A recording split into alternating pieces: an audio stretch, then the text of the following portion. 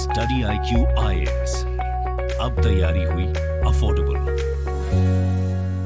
Welcome to StudyIQ's initiative, the podcast. I am your host, Dipansh Moorjani. So get your juices flowing because it is time for the podcast of the day. In the last episode of the podcast, we had discussed all the important provisions related to our vice president. So all the new listeners out there, the podcast is not only streaming on YouTube but also on all the audio streaming platforms like Spotify, Hubhopper, Apple Podcast, etc. In today's episode, we are going to discuss some important provisions related to our real executive head, that is, Prime Minister. Council of Ministers will also be a part of our discussion today. Sir, first things first, can you give us some basic information related to Prime Minister of India? Before we start, I want to tell you something, that this is not an advertisement. However, it is a global vision of StudyIQ to provide most affordable and effective education. In our prelims to interview program, that is P2I program, you will be accompanied by the best faculties of the field, and you will also receive the one-to-one mentorship in this program. Moreover, you will receive prelims as well as mains test series according to UPSC syllabus. So, for huge discount, you can use my code AVLIVE. All the links are pinned in the comment section. Article 75 of Indian Constitution mentions that a Prime Minister is one who is appointed by the President. There is no specific procedure for his election or appointment. Article 74 subsection 1 states that there shall be a Council of Ministers with a Prime Minister at the head to aid and advise the President. Thus, the Indian Constitution itself recognizes a Council of Ministers. Sir, students are often confused that does our Prime Minister gets elected or appointed? President of India appoints a person as the Prime Minister who is either the leader of the party which holds a majority seats in the general election or in the Lok Sabha, or a person who is able to win the confidence of the Lok Sabha by gaining the support of other political parties. All other ministers are appointed by President on the advice of Prime Minister. One thing to be noted that President can also appoint Prime Minister on his own discretion. These kind of discretions can be used by President when no party has a clear majority in Lok Sabha. Sir, we are eager to understand who is eligible to become Prime Minister. There are three key pointers to remember for an eligibility of Indian Prime Minister. First, that he should be citizen of India. Second, that he should be a member of either Rajya Sabha or Lok Sabha. Third is that he should have completed his 30 years if he is a member of Rajya Sabha, or he can be a 25-year age if he is a member of Lok Sabha. However, after the appointment of Prime Minister by the President, he must acquire the seat of either Rajya Sabha or Lok Sabha within 6 months. Sir, can you elaborate powers and functions of Prime Minister? Prime Minister of India serves the country by following various functions. He performs his function taking responsibilities as the leader of country.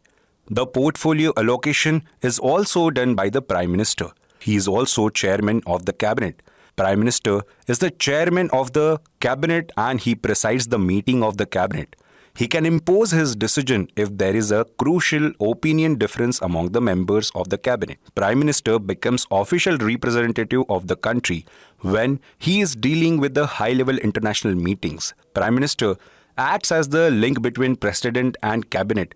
He communicates all decisions of the cabinet to the President, which is related to the administration of the affairs of union and proposals for the legislation. Prime Minister also heads some very key important departments, committees, etc. In this context, with some examples, I would like to highlight some departments where Prime Minister is a head. Number 1 is that Nuclear Command Authority. Number 2, Niti Aayog. Number 3, appoints Committee of the Cabinet. Number 4, Department of Atomic Energy. Number 5, Department of Space and Ministry of Personnel, Public Grievance and Pensions. He is also a chief advisor for President. Sir, constitutional experts often say that the position of Prime Minister is key to the governance of our country. So what is your view on the importance of his post? Right from the days of the first Prime Minister Pandit Jawaharlal Nehru ji, the Prime Minister is treated at as much higher pedestal. His preeminence resides on his commanding position in the cabinet, coupled with facts that he is the leader of the majority party. All these positions of power, when combined in one person, make him rank much above an ordinary minister. The death or resignation of Prime Minister automatically brings about the dissolution of Council of Ministers. It generates a vacuum in the ministry and the government. Hence, in the English phrase, it is said that the cabinet and Prime Minister will swim and sing together. The demise, resignation, or dismissal of minister creates only a vacancy. However, in case of Prime Minister, if anything happens like above mentions, then the whole government will sink. Sir, can you make us aware on the relationship between Prime Minister and President through some constitutional provisions? As we have already mentioned that Prime Minister is a very key member who creates a link between Prime Minister and Cabinet. With this regard, there are 3 constitutional articles which defines the relationship between Prime Minister and President. The first article is Article 74. This mentions how the Prime Minister and President are both connected with the Council of Ministers. The Council, with the Prime Minister as a head, advise President on various issues through Article 74. The next article is Article 75. This mentions 3 important things. Number 1, President appoints Prime Minister and other ministers are appointed by President on the advice of Prime Minister. Second, ministers hold their office during the pleasure of the President. And third is that Council of Ministers is collectively responsible to the Lok Sabha. This statement is very important with respect to examination. In examination, UPSC can trick students with the statement saying this: Council of Ministers is collectively responsible to either Parliament, Rajya Sabha or anything else. However, the correct answer will be Council of Ministers is collectively responsible for Lok Sabha. Article 78 says that Prime Minister communicates all decisions made by the Council of Members of the President. President can also refer issues for the consideration of the Council of Ministers. Sir, after understanding all the provisions related to Prime Minister, now we are curious to understand the articles of our Constitution which deal with Council of Ministers. 2 articles, Article 74 and Article 75 of Indian Constitution deal with the Council of Ministers, where Article 74 mentions that the Council will be headed by Prime Minister of India and will aid and advise the President, whereas Article 75 mentions some of the following provisions. Number 1, Article 75 mentions that the Council of Ministers are appointed by the President on the advice of Prime Minister. Council of Ministers, along with the Prime Minister of India, form 15% of the total strength of the lower house, that is Lok Sabha. And through 91st Amendment Act, it is provided for the disqualification of the ministers when he stands disqualified as a member of Parliament. Even a minister ceases to exist as one if he is not a member of either House of Parliament for 6 consecutive months. Parliament decides the salary and allowances of the Council of Ministers.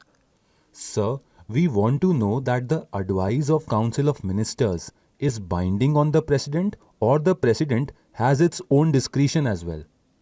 Yes, the advice is binding on the President, and this provision was introduced by 42nd Amendment Act 1976 and 44th Amendment Act 1978. The Acts also mentions that the advice given by the Council cannot be inquired into any court of law. Sir, Provisions for Council of Ministers are available in some other countries as well, but we are eager to understand the difference between the provisions mentioned in our constitution and the provisions which are mentioned in some other countries. In this context, in England, the cabinet system is based on conventions. The framers of our constitution considered it fit to incorporate the system in the constitution.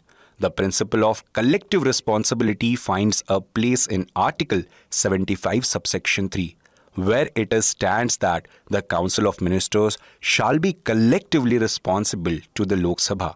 In other words, the provisions means that ministry which loses confidence in Lok Sabha is obliged to resign. The loss of confidence is expressed by rejecting a money bill or finance bill or any other important policy measure by passing a motion of no confidence or rejecting a motion expressing confidence in the ministry.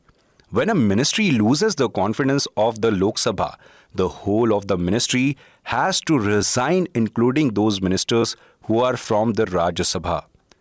The ministers fall and stands together. In certain cases, the ministry may advise the president to dissolve Lok Sabha and call for fresh elections. Sir, can you throw some light on different types of ministers that are there in our country? The Indian Constitution does not categorize ministers into the ranks. However, in practice seen in India, ministers are of 4 types. Number 1 is the cabinet minister. Cabinet minister is present and he participates in every meeting of the cabinet, and this kind of appearance and presence is mandatory for cabinet ministers. Second is that minister of state with independent charge. He is a minister of state who does not work under a cabinet minister. When any matter concerning his department is on the agenda of the cabinet, he is invited to attend the meeting. The third category of ministers is Minister of State. Minister of State is minister who does not have independent charge of any department and works under a cabinet minister. The work to such minister is allotted by his cabinet minister. The fourth type is deputy minister. He is a minister who works under a cabinet minister or a minister of state with independent charge. His work is allotted by ministers under whom he is working. Sir, thank you for giving us the information. Dear listeners, it is time to wrap up the episode of the podcast, but you all don't have to worry because we will be back very soon with another topic. Till then, keep studying and stay connected with StudyIQ. You can listen to StudyIQ Presents the podcast on various audio streaming platforms like Spotify, Hubhopper, Apple Podcast, Google Podcast, Kuku FM, etc. Links are pinned in the comment section below. Thank you.